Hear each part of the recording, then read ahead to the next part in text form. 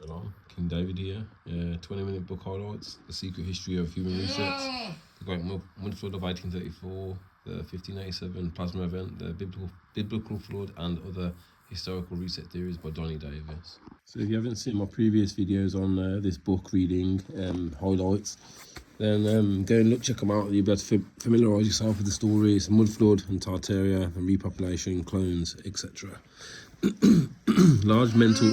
Large mental institutions of the 19th century.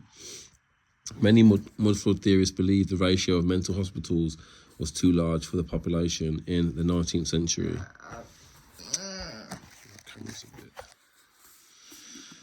Just like the orphanages, huge buildings. That's right, my boy. Huge buildings were dedicated for the purpose of housing the mentally ill. These hospitals were fully equipped with tunnels underground and under full staff of doctors, chefs, handymen, and other workers, as if to form a small city. Mainstream historians say that mental institutions in the 19th century housed a large number of people, and that many people should not have been there. People were committed to mental institutions for a wide range of reasons, some of which seem silly by today's standards. Women in particular were often committed for reasons such as female hysteria, which was believed to be caused by a wandering womb. Many were often committed for alcoholism or laziness. That's right, my boy. And children were committed for disobedience or simply being difficult to handle. No way. Poor people were institutionalized because they had no other means of support, and asylums provided food and shelter. These institutions often provided little actual treatment for parents, and many people were subjected to cruel and inhumane conditions.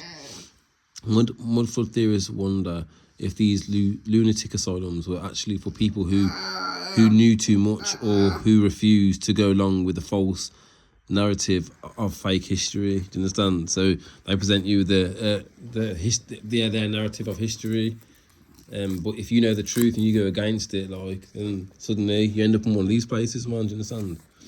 Because these people, they're trying to cover up the facts that there was a mud flood and they did repopulate and they did have clones made, man. Do you understand?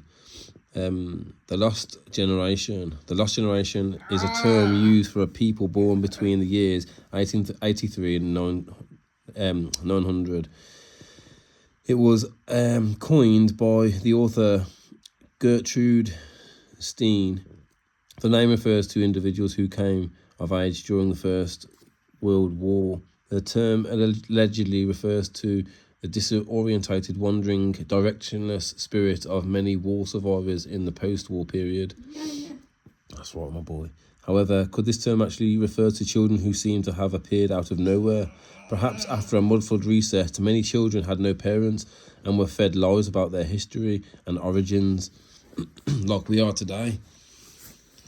A strange occurrence could have happened in the early 19th century and drastically wiped out the population. This reset may have been followed by a period of repopulation where the older generation taught the new generation a false history. Yes, that's what's happened, man. This resulted in people who were walking in the cities in those times didn't belong in those past ages, were children deliberately cut off from their origins, put on orphan trains, workhouses and boarding schools. Many emerging madhouses creates the suspicion that the people who knew their origins very well and refused to deny it were institutionalized. This is how they may have dealt with people who knew too much of the truth. In any case, in the 1880s was characterized by a population boom and large groups of children were raised in public institutions. It's getting interesting, people, man. It's getting interesting, man. You understand? Hope you're enjoying the book read highlights from this book, and I'll be reading from other books as well. Okay, people, keep on the grind, keep being kind. Thank you for the kind people today that we've seen today. Thank you so much, man. Blessings to you. You know who you are, man. Thank you. All right, till next time, family, Jew and Gentile, Shalom and peace.